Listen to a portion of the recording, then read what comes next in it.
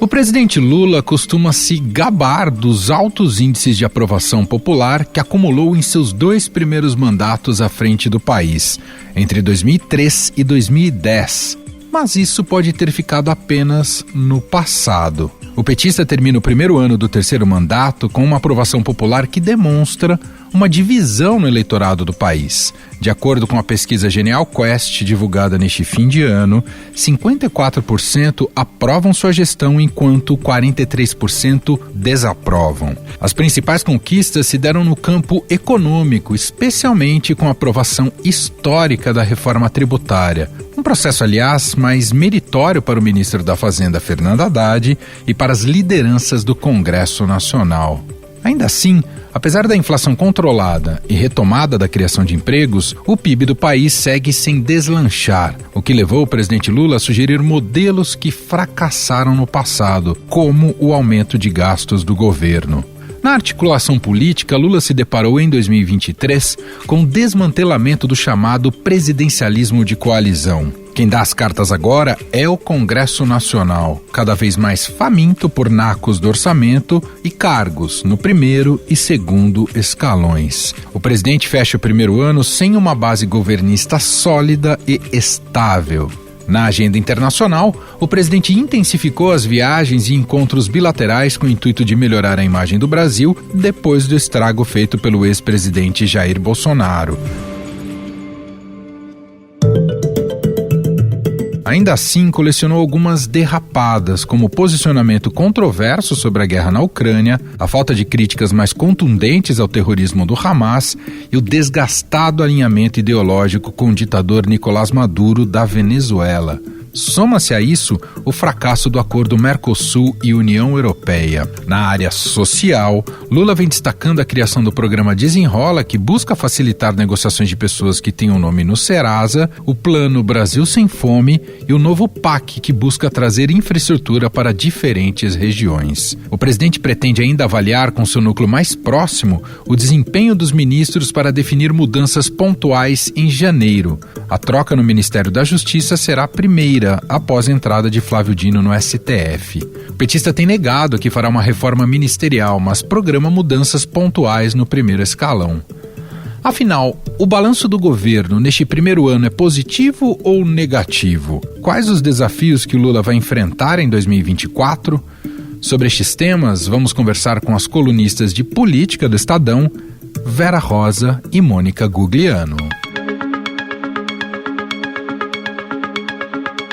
Vera Rosa está aqui com a gente. Oi, Vera, seja bem-vinda. Muito obrigada, Emanuel, pelo convite. E também com a gente, as duas em Brasília, Mônica Gugliano. Olá, Mônica, seja bem-vinda por aqui também. Obrigada, Emanuel. É isso, com as duas aqui para a gente passar por temas importantes ao longo deste ano envolvendo o presidente Lula e o governo do presidente Lula. E eu queria começar ouvindo vocês, e não dá para ignorar esse fato, né? Foi uma transição bastante radical de governo, né? A gente saiu de um governo de extrema-direita, do agora ex-presidente Jair Bolsonaro, para esse terceiro mandato do governo Lula. E por tudo aquilo que representou o governo do Bolsonaro, né? Com os ataques à democracia e que ainda ameaçaram a estabilidade política e institucional do país ali com os ataques de 8 de janeiro. Queria entender com vocês o quanto o governo Lula conseguiu reconstituir ou não uma certa normalidade nas instituições e na vida política do país. Podemos começar com você, Vera? Olha, Emanuel, o governo Lula começou já com essa tentativa, né? No dia 8 de janeiro já houve uma tentativa de golpe no país e desde então existe um clima de polarização que se achou que fosse diminuir, mas pelo que indicam as pesquisas não diminuiu.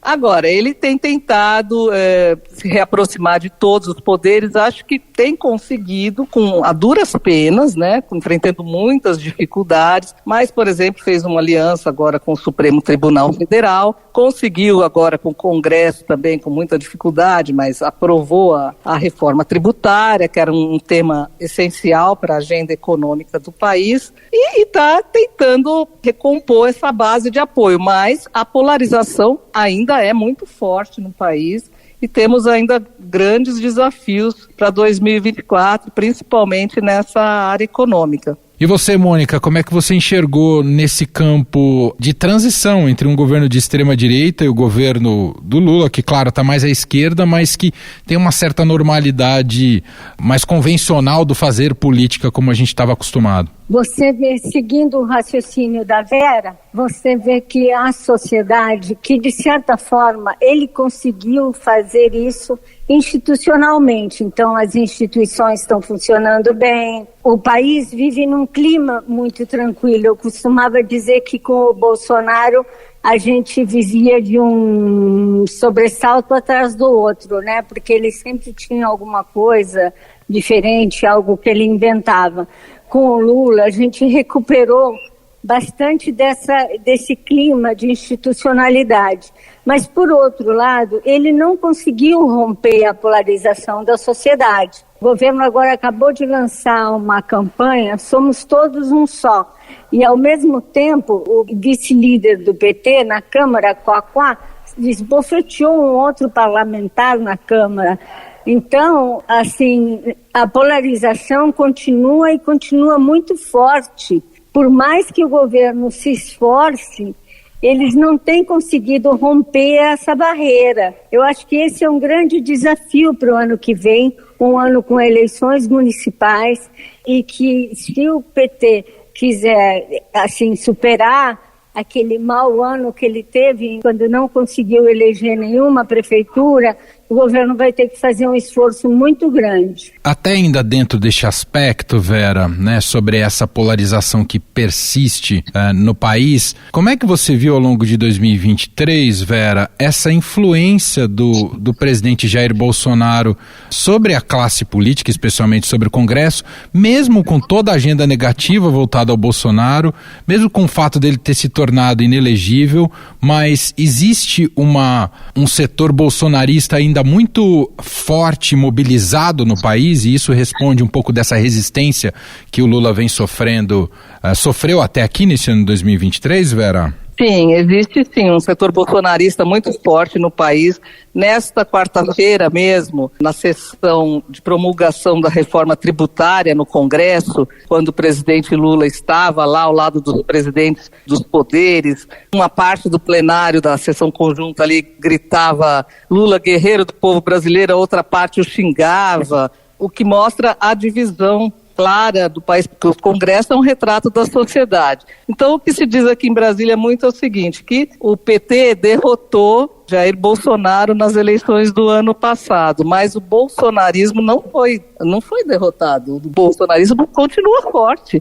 Então, isso é um desafio aí para o governo nas próximas eleições. É o que você disse, continua e tem seus representantes ali, tem o Centrão, é uma parte bastante influente ali no Congresso. Inclusive, já quero entrar dentro desse tema, que é muito marcante ao longo de 2023, essa relação do Executivo com o Congresso Nacional. O presidente Lula se depara ali com um ambiente completamente diferente e uma dinâmica diferente daquilo que ele experimentou nos seus 2 mandatos iniciais, entre 2003 e 2010, que se convencionou chamar de presidencialismo de coalizão. Mas aquele modelo, né, de negociação com lideranças partidárias já não existe mais. É um Congresso muito mais fortalecido e disposto a abocanhar muito do orçamento. Mônica, quero te ouvir um pouco sobre isso, sobre essa dificuldade do governo na relação com o Congresso, a dificuldade de montar uma base sólida e estável. Não sei se isso será viável ao longo de todo o governo, mas e também tudo que o governo precisou gastar, né, de recursos para conseguir ter vitórias dentro do parlamento brasileiro. Você sabe que às vezes eu costumo dizer que o presidencialismo não é de coalizão, é de colisão. Porque todos colidem com todos o tempo inteiro. Porque realmente você vê que o governo Bolsonaro fez com que o Lula depois continuasse refém do Congresso, continuasse refém do presidente da Câmara, o Arthur Lira, continuasse refém das bancadas. Lula não tem uma base de apoio coesa que ele possa dizer assim, olha, eu conto com essa base de apoio para os meus projetos. Não, ele tem que negociar caso a caso, aí ele tem que liberar emendas, ele tem que liberar cargos. Na verdade, isso não é uma coisa nova, né? É uma coisa antiga, mas que ela se torna, eu acho, cada vez mais grave, cada vez mais radical, porque cada vez a margem de manobra do presidente me parece que é menor, que ele está mais, sabe assim, que ele está mais espremido e que ele tem dificuldade em sair disso para poder aprovar e impor uma agenda dele, uma agenda de governo do Lula, do PT. Ô Vera, o quanto a gente pode botar na conta das falhas da articulação, e aí os líderes do governo no Congresso, o quanto a gente pode pôr na conta nessa articulação para o governo ter tido muitas dificuldades em muitos momentos na relação com o Congresso Nacional? Ou, por melhor que fosse a articulação, está muito difícil negociar com esse Congresso empoderado? É verdade, Manuel. Aqui em Brasília, há muita reclamação de deputados, senadores, principalmente do centrão da articulação política do governo. Agora mesmo estão reclamando muito, o próprio presidente da Câmara, Arthur Lira, tem se queixado da articulação política do ministro das Relações Institucionais, Alexandre Padilha, mas o que a gente ouve, por outro lado, no Palácio Planalto é o seguinte, é o que a Mônica falou, é que a cada projeto, a cada proposta, tem uma pressão para mais cargos, mais verbas. Agora, por exemplo, estão tentando aumentar o valor das emendas parlamentares, porque 2024 é um ano eleitoral, né? E essas emendas vão para obras em redutos eleitorais. Não é uma relação fácil mesmo. E o governo, né, a maioria que o governo em tese teria uma maioria, depois dessa aliança feita com o Centrão. 2 dos partidos do Centrão ganharam ministérios, né, o Ministério do Esporte e o Ministério de Portos e Aeroportos. Então, em tese, o governo agora teria uma maioria de votos ali na Câmara dos Deputados e no Senado já tinha um pouco mais. Mas acontece que não é bem assim na prática, é uma maioria instável, porque a cada votação os líderes, falando em nome de suas bases, exigem mais coisas, né? Então, a vida do governo não é fácil. E como você estava falando antes, é uma situação muito difícil dos primeiros mandatos, Lula 1, Lula 2. Completamente diferente. O que a gente viu nessa quarta-feira ali na sessão conjunta para promulgação da reforma tributária foi uma coisa lamentável, né? Foi muito assim, você vê a divisão ali, governistas de um lado, oposição do outro, mostra o que é o Congresso hoje, né? Ô Mônica, a gente observou ao longo de 2023 algumas aprovações relevantes para o país, como a Vera citou agora a reforma tributária, principalmente no segmento econômico, né? E a gente pode colocar também dentro dessa lista a própria aprovação do arcabouço fiscal, ainda que muita gente entendesse que o teto de gastos já fosse o suficiente. De qualquer modo, foi um novo marco fiscal ali com o arcabouço e a reforma tributária, que não deixa de ser uma conquista histórica. Mas se convencionou dizer que muito disso foi fruto do trabalho do ministro da Fazenda, Fernando Haddad, que ele fez bem essa articulação. De fato, é mérito do Haddad ou tem mais a ver com o protagonismo do Congresso Nacional nesse segmento econômico daquilo que foi aprovado ao longo de 23? Eu acho que é um pouco de cada coisa, mas essencialmente é mérito do Haddad, porque o Haddad, se você pensar bem, o próprio PT boicota ele. O próprio PT não quer um ajuste fiscal, quer ter dinheiro para gastar no ano que vem, nas eleições municipais. Então, eu acho que é um mérito muito do Haddad, porque o Congresso nesse tema está junto com o PT, e todos os partidos estão juntos, todos querem dinheiro do fundo eleitoral, todos querem dinheiro para as campanhas, todos querem obras, todos querem emendas, todos querem coisas. E Haddad tem sido muito firme, mesmo contra todas essas coisas, ele tem sido muito firme e acho que até muito tranquilo sempre em relação a isso. Então eu vejo o mérito de uma parte do Congresso que sabe que isso é importante para o país, mas vejo essencialmente como uma capacidade de articulação do Haddad. A gente pode dizer, Mônica, que é o ministro que sai mais fortalecido desse primeiro ano do governo Lula? Creio que sim. Eu creio que Haddad é o ministro... Bom, você sabe que, por natureza, os ministros da Fazenda são, teoricamente, candidatos a presidentes da República, né? Sim. Mas o Haddad sai fortalecido, sai em alta, sai muito bem deste primeiro ano de governo do presidente Lula. Bom, quero também já entrar em outra, falando em poderes, né, em outra relação que a gente acompanha bastante sempre, né, ao observar a dinâmica da nossa democracia, a relação do executivo com o judiciário. Eu sei que você acompanhou em vários momentos um pouco mais de perto ali o Supremo Tribunal Federal, Vera.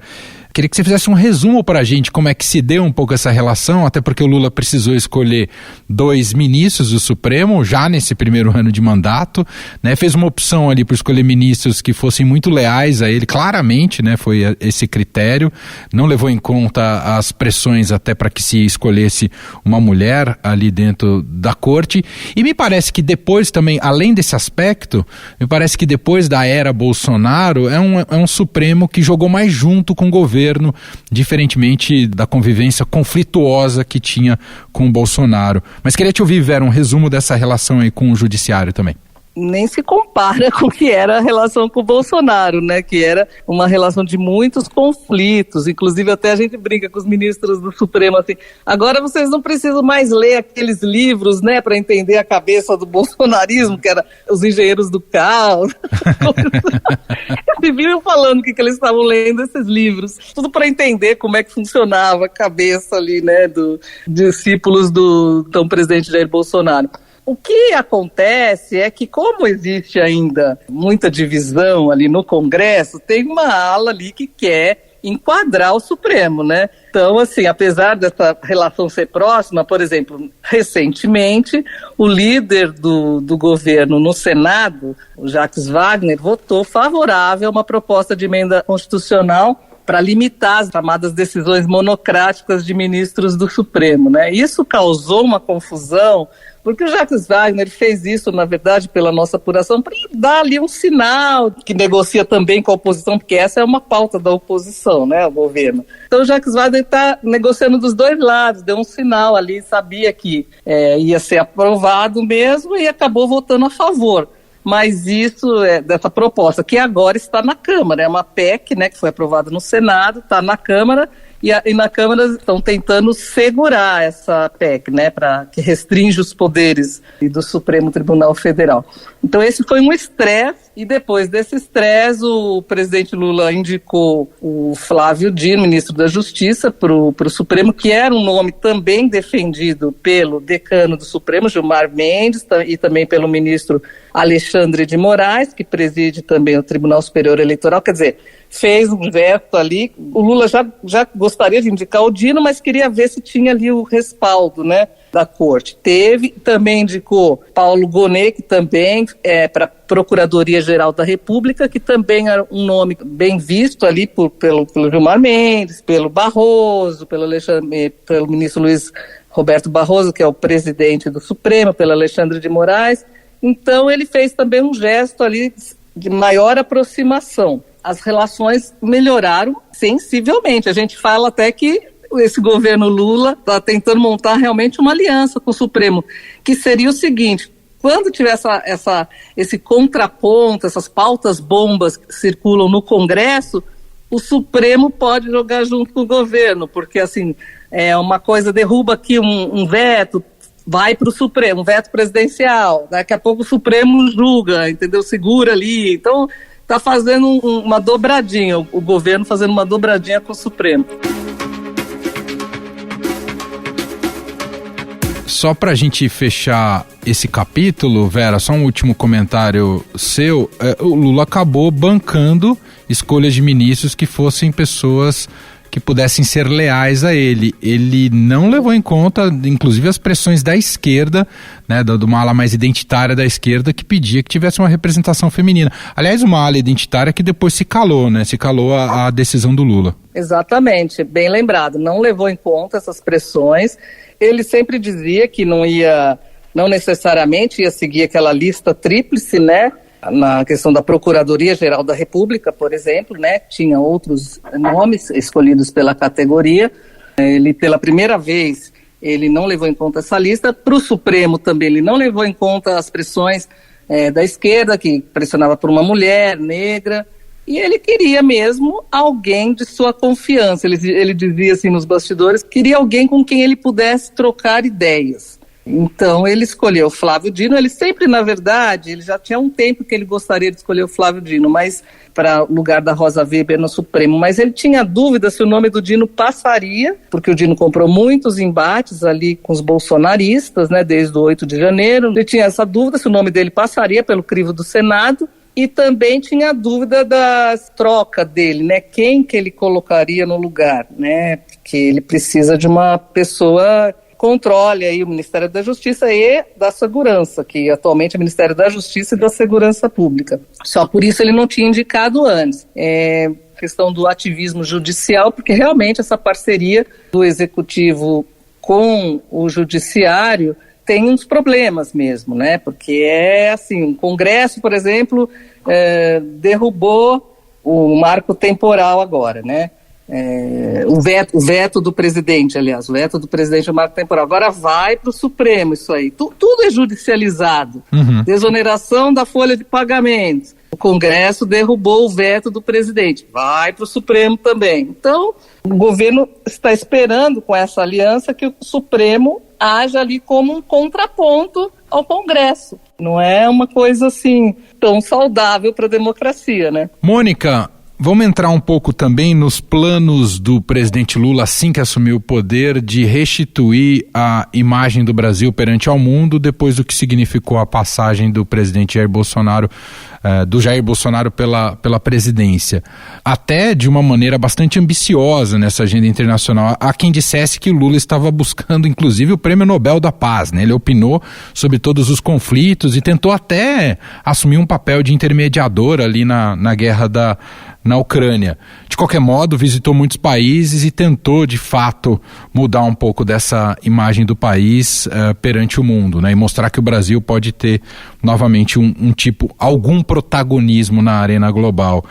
Como é que você viu essa agenda internacional de um Lula que ficou bastante fora da cadeira da presidência para esses encontros bilaterais e também na ONU e tudo mais? Eu estava conversando com o ministro Recupero sobre isso aí, e ele fez uma avaliação muito interessante, que o presidente Lula, ele de certa forma, ele conseguiu retomar essa agenda, e ele conseguiu retomar o papel do Brasil fora, principalmente por causa da agenda do meio ambiente. A agenda do meio ambiente deu um up no exterior. Agora, ele acaba o ano com, assim, se ele conseguiu pôr o Brasil novamente no circuito internacional, aquela coisa, o Brasil voltou, ele acaba o ano com um problema,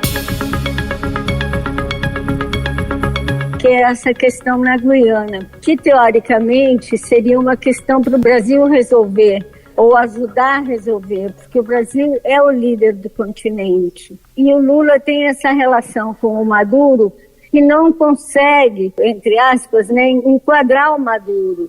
O Maduro prometeu ao Lula que faria eleições no ano que vem, que faria isso, faria aquilo, e de repente veio com essa história de invadir a Guiana, porque tem esse Essequibo dele, porque a província de Essequibo é dele, e criou um problemaço para a diplomacia brasileira.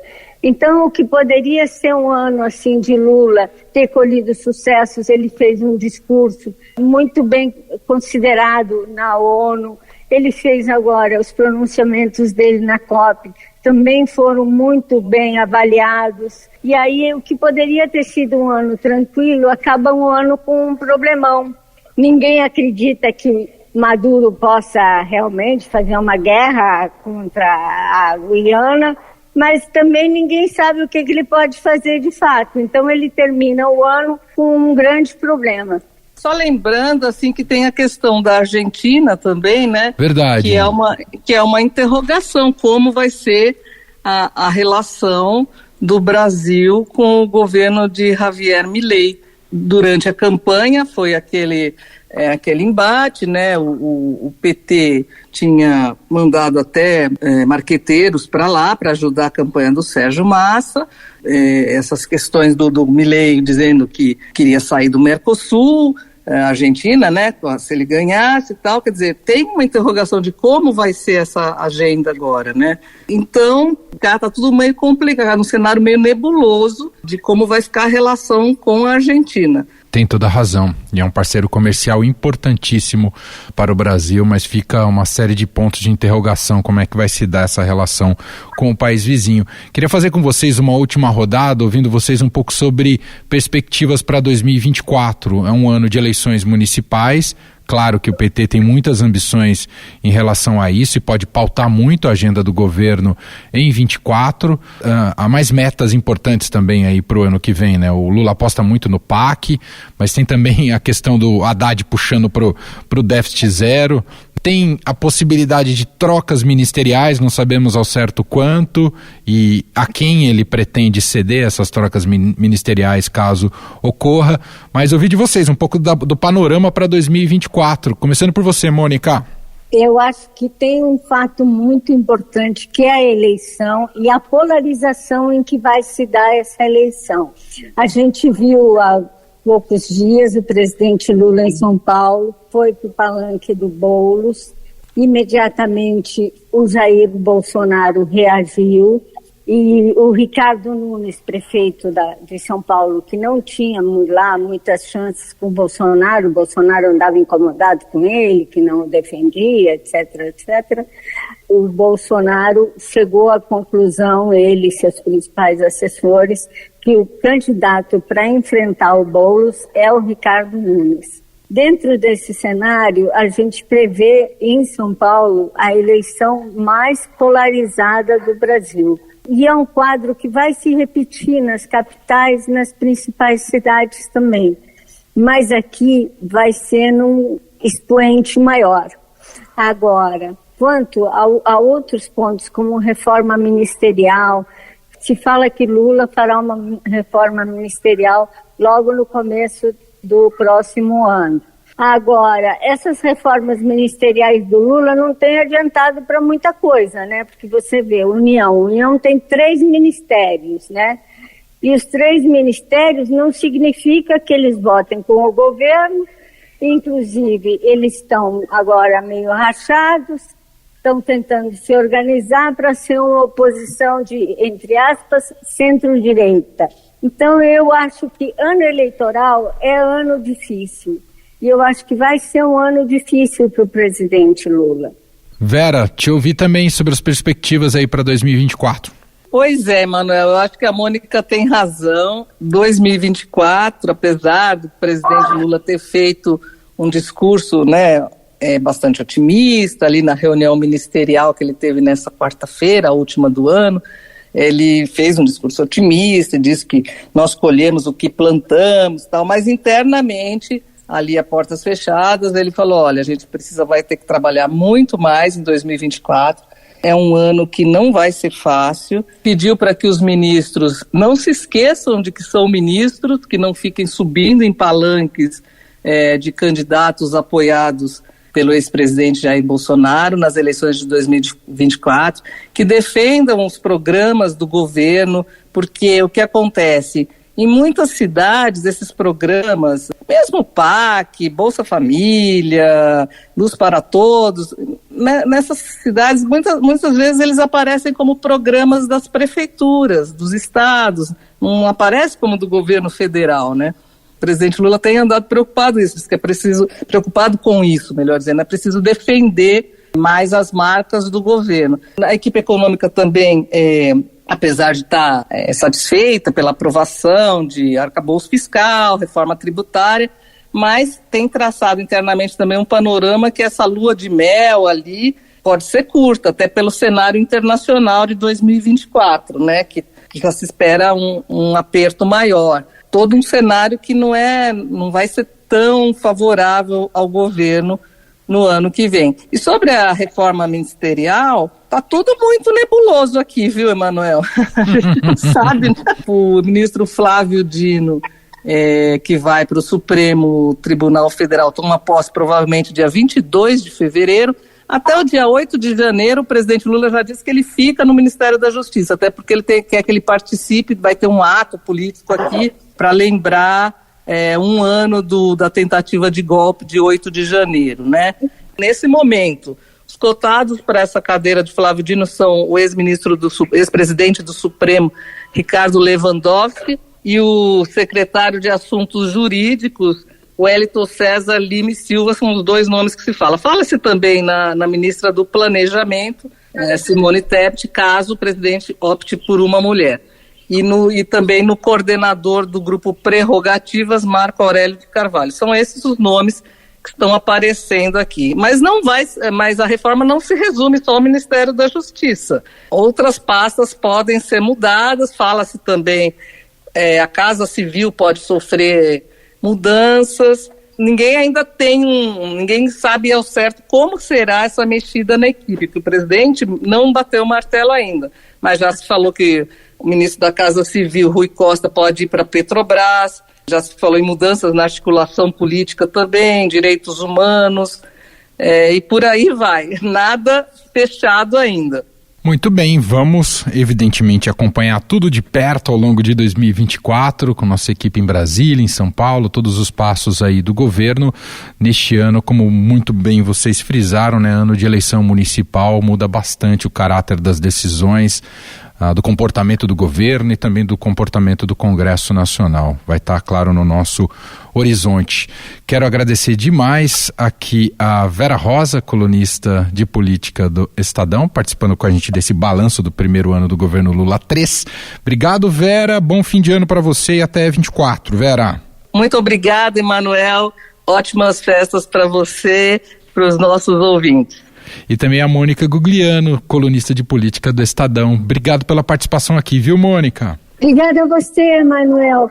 Quero te desejar boas festas, bom Natal, um feliz ano novo, com muita saúde e realizações para você e para todos os nossos ouvintes. Muito obrigada. E este foi o Estadão Notícias de hoje, sexta-feira, 22 de dezembro de 2023. A apresentação foi minha, Emanuel Bonfim. Na produção, edição e roteiro, Gustavo Lopes, Jefferson Perleberg e Gabriela Forte. A montagem é de Moacir Biasi. E o nosso e-mail, podcast@estadão.com. Um abraço para você, um Feliz Natal e até mais.